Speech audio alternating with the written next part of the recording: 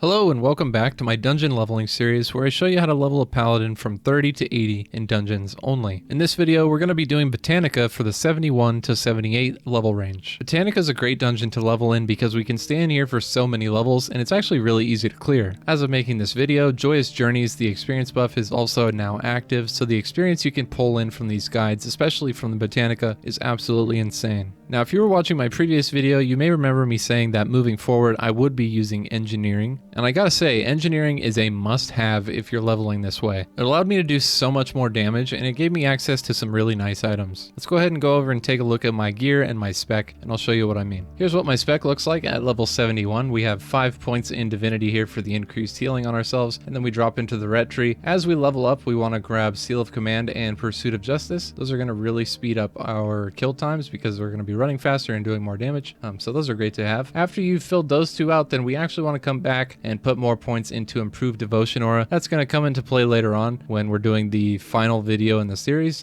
So after you've got Seal of Command and Pursuit of Justice, make sure to come over here, start filling out Improved Devotion Aura. So for the gear here, I've got 2 engineering items on. One of those is the Sonic Booster, which is a nice little health trinket that also provides a good little damage boost. Very nice to have, and that attack power does come in handy. You definitely notice when it procs because you start doing a lot more damage. And then I also have the engineering goggles with a nice little meta gem, and I activated it with a nightmare tier and this gem over here in my belt. Those 2 items alone really increase your damage output, and this is going to be the best item that you can find for this slot all the way until you're level 80, so definitely pick this up if you are engineering. And then you see I'm also using a level 70 PvP weapon with berserking on. This is super helpful. This weapon lasts all the way until you're level 80, so I highly recommend you pick one of these up if you can.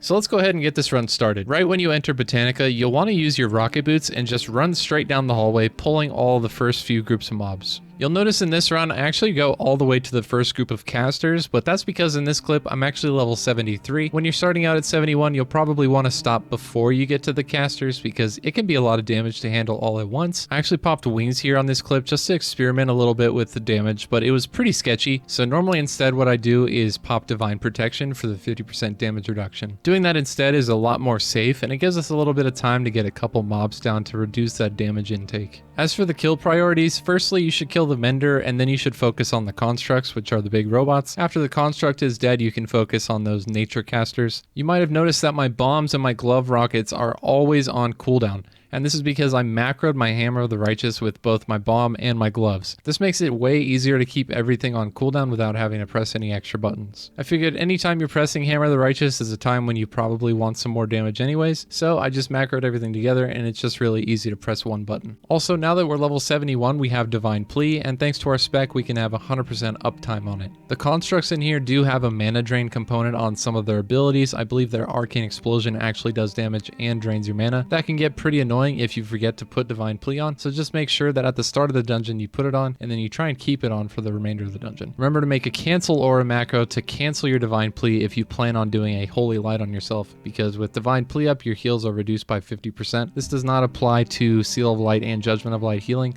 only to your casted heals. Once you cross the bridge, you're going to start encountering these Blood Warder Stewards. It's really just this first pull here and then a few more before the first boss, and then you won't see them for the rest of the dungeon. But these guys have a nasty whirlwind called Arcane Flurry. It does a ton of damage, and you should nuke these guys down as soon as possible. If you happen to be in combat with more than one at a time, then make sure you nuke one down and then stop the other one with a Hammer of Justice when he starts to do the Arcane Flurry. Now in this clip I chose to avoid the boss, but once I got to a higher level, I decided to start pulling the first boss into the next few packs for some extra experience. This boss is pretty easy to deal with. The only notable thing she does is at 50% health when she summons some extra mobs that can be killed for some more experience. Typically one of these mobs that she summons is a Mender, and you should kill it quickly. When you're level 75, you get access to Shield of Righteousness, so I highly recommend as soon as you get 75 you go train, and then at that time is when you want to start killing this boss. When you do decide to pull the boss, make sure that you just bring her along for the ride and you don't sit there and just single target her down. You want to take her into the next packs and just kind of pull normally as if she's not even there. In this part, you should be able to safely pull 2 or 3 groups at a time with no problem. I like to focus down the botanists first here because they do have some healing spells that can get a little bit annoying. You just want to make sure to watch out for the chemists. They do throw poison clouds on the ground and you'll want to move out of these. This area is actually pretty easy even though it looks like you're fighting a ton of things all at once. You will get a ton of debuffs on yourself as well. Just make sure that you use any spare globals you have to cleanse yourself. My kill priority here is usually botanist first, and then chemist, then researcher, and then whatever's left over. Since you've made it this far, this is a good time to remind you that there's still one more video in this series, so make sure you hit that subscribe button so you don't miss out on the final guide. If you like this video and it's helping you out, please consider giving it a thumbs up as well, so I know I did a good job in providing this content for you. And I might as well just plug everything else here. I do stream on Twitch, twitch.tv/Spacious94, and I have a Discord community as well where we talk about gold farming, boosting, all kinds of stuff. We can help you with your gear, we can help you with your run, all sorts of stuff, so make sure to join up below, and I look forward to seeing you. This run was recorded before Joy's Journeys came out a few days ago, and if you notice my experience tracker over there, it's looking pretty good even without it. If you add that experience in with Joy's Journeys, then you're looking at around 1.5 to 2 million experience per hour doing Botanica, which is absolutely nuts. This means that as long as you're focused and do Botanica efficiently, you're looking at sub-hour level ups in here. This entire dungeon leveling series ends up being extremely fast, way faster than any sort of questing you can do. And honestly, even in some of the lower level dungeons, Joyous Journeys makes it feel like you're cheating because you're leveling so fast. Now, when you get to this area, you're going to notice a few different types of mobs. There's some satyrs and then there's some channelers. The pink satyrs here are called insiders. They have a kidney shot ability that is super annoying and you should watch out for it.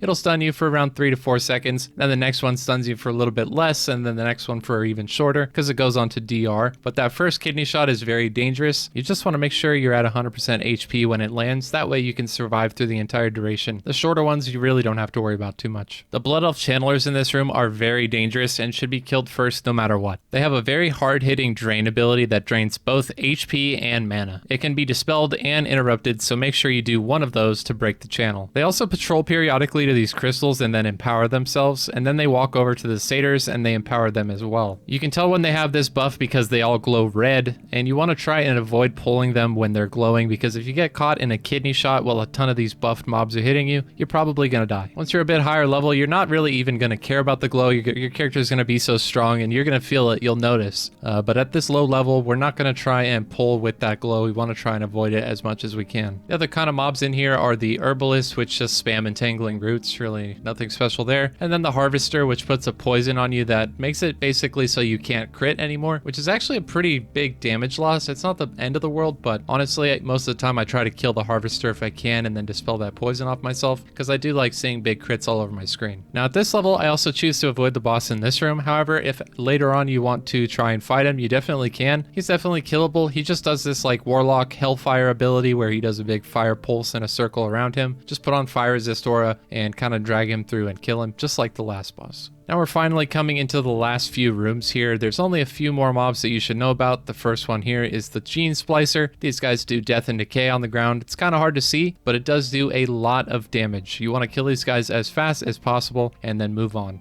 Again, in here, you've got some harvesters, which do the crit reduction, and then you have some botanists, which cast roots on you. Other than that, everything else is pretty standard, just a melee mob. Beyond this room, we have one more that's filled with like these weird creatures, whatever you want to call them. You can pull them all at once. Just make sure if you're going to do that when you're at low level, you have shield wall available because they do kind of truck, and you want to make sure that you don't die because that would be really unfortunate to die at the end of the run. So just make sure when you're 73, 74 around there, you pop shield wall on this next pull. If you don't have it available, then just pull 1 or 2 groups and then pull the last one. Now I actually use these flower guys at the end as a way to restore my health with my Swift Hand of Justice trinket. It's a nice little trick you can do when you're lower level because they have lower HP than the elite mobs that you're fighting. So about halfway through the fight, you get a big restoration to your HP pool, which can be really good. But the experience gain from them is really lackluster, so if you don't feel like killing them, then you don't have to. It's really just personal preference. I figure I'm already running this way to go to the exit, might as well kill them along the way. At 77, the run will be extremely fast, even if you're not paying too much attention, but the experience kind of tapers off a bit to around 1 million experience per hour without Joyous Journeys. Overall, I'm very pleased with my experience in Botanica this time around, and hopefully you found this video helpful. The final video for the last 2 levels of the dungeon grind should be out later this week. Thank you all so much for watching this far, and I'll see you in the next one. Peace out.